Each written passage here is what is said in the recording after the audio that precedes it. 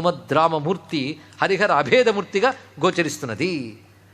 అంతే కదా. రామ అన్నప్పుడు నారాయణాయ, ఓం నమో నారాయణాయలో రా అనే అక్షరము, నమశివాయలో మా అక్షరము కలిసి రామ అయిందన్నారు.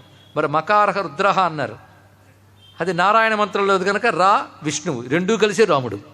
హరిహరాత్మకమైన నారాయణుడిది ఈ తత్వం. అందుకు ఉపాస్య హనుమత్సంజ్ఞం భోగమోక్షప్రదం రుణాం. హనుమంతుని ఉపాసన భోగము మోక్షము వస్తుంది.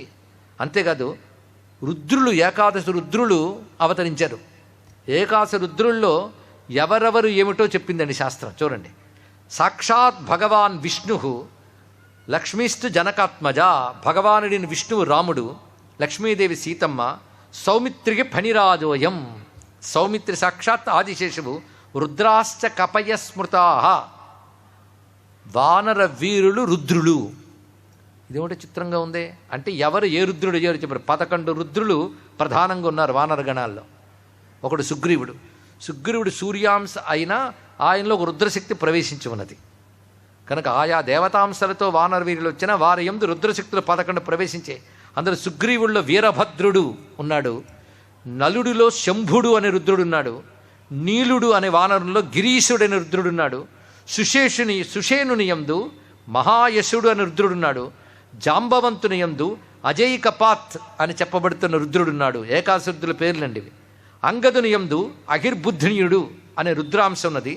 దధిముఖుని యందు పినాకధారి అయిన రుద్రాంశం ఉన్నది.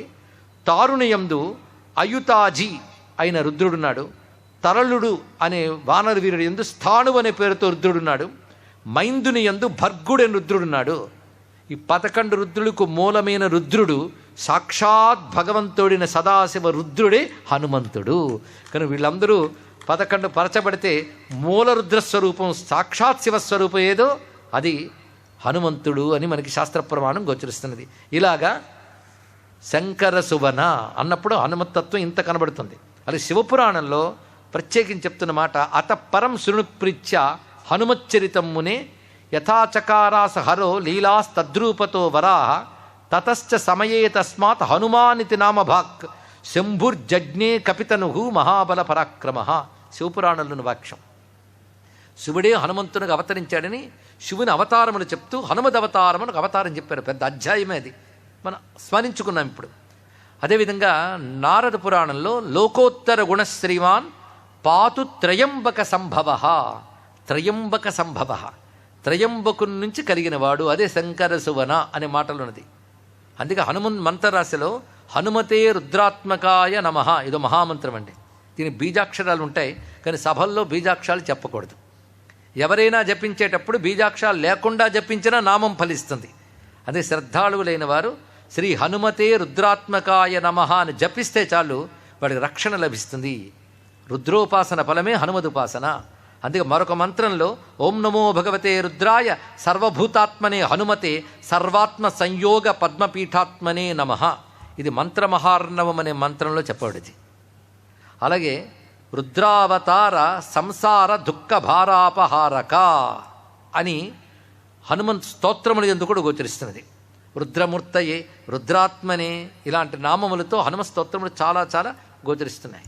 అలాగే ఋగ్వేదంలో హనుమత్ సంబంధమైన ఒక మంత్రం నిన్న మనం చెప్పుకున్నాం. రుద్రం రుద్రేషు రుద్రియం హవామహే. రుద్రులయందు రుద్రుడిగా ఉన్నటువంటి హనుమంతుని ఉపాసన చేస్తున్నాము. అది ఇందాక చెప్పిన కథంతా దాన్ని బలపరుస్తున్నది. మరొక చోట మంత్రం చెప్తున్నారు, సదాశివాయ బ్రహ్మరుద్రావతారిణే మృత్యుంజయాయ త్రయంబక త్రిపురాంతక కాలభైరవ ఓం నమో భగవతే ఏకాదశ రుద్రాయ. హనుమంతుని మంత్రమే ఓం నమో భగవతే ఏకాదశ రుద్రాయ సదాశివాయ అని చెప్తున్నారు. అంటే సంపూర్ణమైన శివదేశ స్థాయినిదా. అందుకే శంకర సువన కేసరీనందన. ఆ కేసరీనందన అన్నప్పుడు కేసరి యొక్క క్షేత్రము అంజనాదేవి. అందుకే కేసరి యొక్క అనుమతి తీసుకుని ఆయన ఆజ్ఞతో ఆవిడ తపస్సు చేయగా శివ తేజస్సాములో ప్రవేశించింది కనుక కేసరీనందన. ఈ విధంగా ఉన్నటువంటి స్వామిని మనం నమస్కారం చేసుకుంటున్నాం. ఇప్పటి వరకు చెప్పుకున్న స్వరూపము అంత భావన చేస్తే కంచనభరణ బిరాజ సుభేశ నుంచి ఇప్పటి వరకు హనుమన్ మూర్తిని మన మనస్సులో ప్రతిష్ఠ చేసుకున్నాం. శ్రీతత్వనిధి అనే గ్రంథంలో స్ఫటికాభం స్వర్ణకాంతిం ద్విభుజంచ కృతాంజలిం కుండలద్వయ సంశోభిముఖాంబుజమహం భజే. లోకం ఉన్నది కుండలద్వయముతో ఉన్నటువంటి రూపం. అలాగే వజ్రాంగం పింగకేశాఢ్యం స్వర్ణకుండల మండితం తప్తచామీకర నిభం విఘ్నం సంవిహితాంజలిం అని మరొక చోట కనబడుతున్నది. ఇలా బహు ఆయుధాలతో హనుమత్ స్వామి వర్ణన మనకి హనుమత్ సంబంధమైన సంహితల్లో గోచరిస్తున్నాయి. ఎన్ని హనుమన్మూర్తులు ఉన్నాయండి. వింశతి భుజ హనుమంతుడు 20 చేతులతో ఉన్నటువంటి వాడు ఉన్నాడు. పంచముఖాంజనేయుడు 10 చేతులతో ప్రకాశిస్తూ ఉంటాడు. ద్విభుజములతో ఉన్న ఆంజనేయుడు.